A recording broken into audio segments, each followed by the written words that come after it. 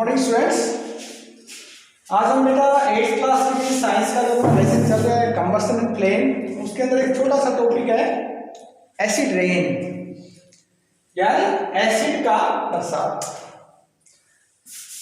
ये कैसे होता है, कैसे पॉसिबल होता है? क्योंकि बरसात एसिड का होना, एसिड क्या होता है? अम्ल बेटा, यानी काफी नुकसानदायक केमिकल होता है एसिड। वो अगर एज ए रेन अर्थ के ऊपर आए तो it is very harmful to our living world. ठीक है, तो इस अर्थ के ऊपर एसिड का बरसात होना आप इमेजिन करिए कि कितना डेंजरस है। तो ये पॉसिबल कैसे होता है और इसको हम कैसे डिटेक्ट कर सकते हैं? बड़ा इजी है। तो कंबस्शन के अंदर जैसा हमने स्टडी किया था बेटा, कंबस्शन में क्या होता है? बर्निंग ऑफ फ्यूल्स होता है बेटा, यानी फ्यूल्स का हमने जो बर्निंग देखा था उसके अंदर जो फ्यूल होता है हमारा, उसका oxides as a gas release होता है हमारे इन्वायरमेंट में बेटा, एटमॉस्फेयर में।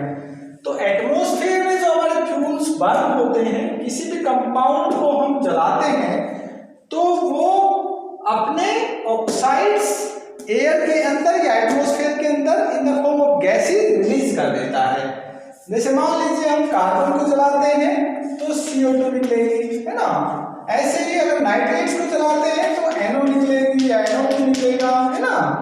तो ऐसे ऐसे जिस पदार्थ को जलाएंगे उसका ऑक्सीडेशन होकर उसके बहुत सारे गैसेस ऑक्साइड्स के रूप में हमारे एटमॉस्फेयर में निकलती रहती हैं। ठीक है, तो जब ये एटमॉस्फेयर में ये गैसेस काफी सारी इकट्ठी हो जाती हैं तो आफ्टर ए सर्टेन पीरियड, कुछ निश्चित समय के अंतराल के बाद जब इनकी अधिकता हमारे वातावरण में ज्यादा हो जाती है, तो अगर मान लीजिए हमारा अप्रैल, मई, जून, है ना, इस दौरान ये बहुत सारी एटमॉस्फेयर में गैसेस इकट्ठी हो जाती हैं, क्योंकि जितनी भी हमारी फैक्ट्रीज हैं या हमारी जैसे आपने चिमनीज निकलती हैं, अपने भट्ठे ईंट वगैरह पकाते हैं, वहां पे देखा होगा आपने, वहां पे बहुत सारा धुआं निकलता है। तो वहां से क्या होता है? कोयले को जलाया जाता है। कोयला क्या है? कार्बन है, कार्बन डाइऑक्साइड बनता है ना। ऐसे ही और दूसरे केमिकल्स जलते हैं। हमारे जो डीजल, पेट्रोल, जितने भी पेट्रोलियम प्रोडक्ट्स पे चलने वाले व्हीकल्स हैं, वो जब बर्निंग करते हैं पेट्रोलियम प्रोडक्ट्स का तो उसके अंदर बहुत सारी गैसेस निकलती हैं। SO2 है, सल्फर डाइऑक्साइड है, नाइट्रोजन ऑक्साइड है, नाइट्रोजन डाइऑक्साइड। तो ऐसे ऐसी गैसेस हमारे इन्वायरमेंट में रिलीज होती रहती हैं।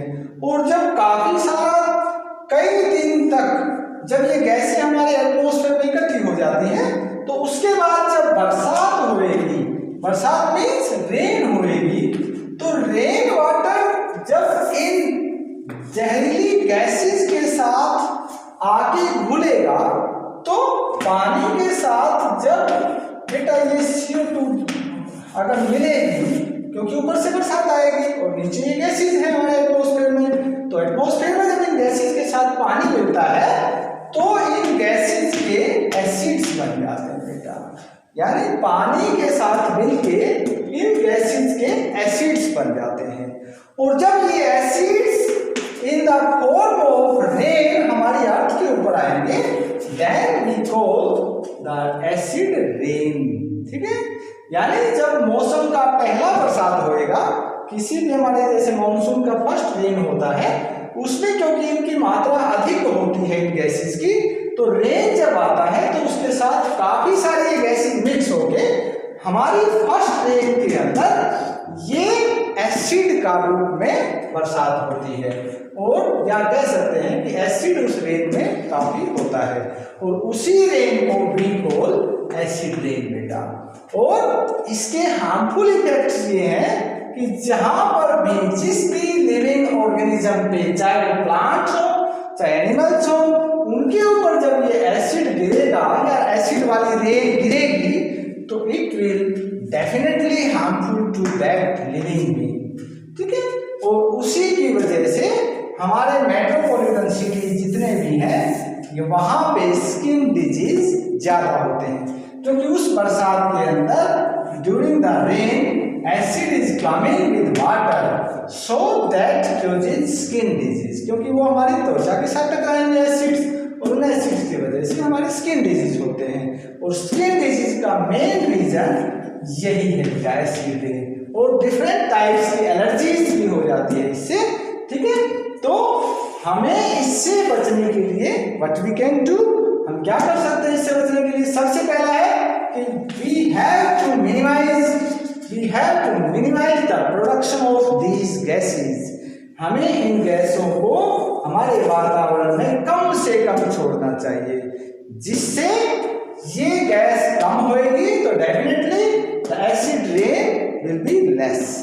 और दूसरा हम क्या डू कि हमें फर्स्ट रेन में अपने शरीर को बचाना चाहिए, यानी फर्स्ट रेन जब भी मौसम की होए तो उसके अंदर we have to avoid ourselves to go for bathing, तो उस रेन में हमें अपने आप को बचाना है, ताकि जो acids in the form of rain हमारी अर्थ के ऊपर आ रहा है वहां वो एसिड रेन हमारी स्किन को डैमेज ना कर सके। तो ये डेफिनेटली ये जो गैसेज हैं जिनको हम ग्रीन हाउस गैसेज ये कह देते हैं, तो इनको हमें कम से कम अपने वातावरण में छोड़ना चाहिए। वो कब होएगा कि we have to minimize our utilization of various fuels, यानी फ्यूल्स जो हमारे ईंधन है उनको हमें कम से कम बर्न करना चाहिए, यानी जितना ज्यादा हम कम से कम फ्यूल्स का प्रयोग करेंगे उतना ही हमारा वातावरण के अंदर ये गैसेज कम रिलीज होंगी, और कम रिलीज होंगे तो एसिड रेन भी कम होएगा, और उसी से हम अपने आप को एसिड रेन से बचा पाएंगे। तो एसिड रेन का आई थिंक आपको जो कॉन्सेप्ट है वो क्लियर हो गया होगा। एक बार इसको अपनी नोटबुक बुक के अंदर अच्छी तरह से स्टडी करेंगे बेटा, थोड़ी रीड करेंगे, थोड़ी रीड करने के बाद में अगर फिर भी कोई डाउट होता है तो you can upload your doubt.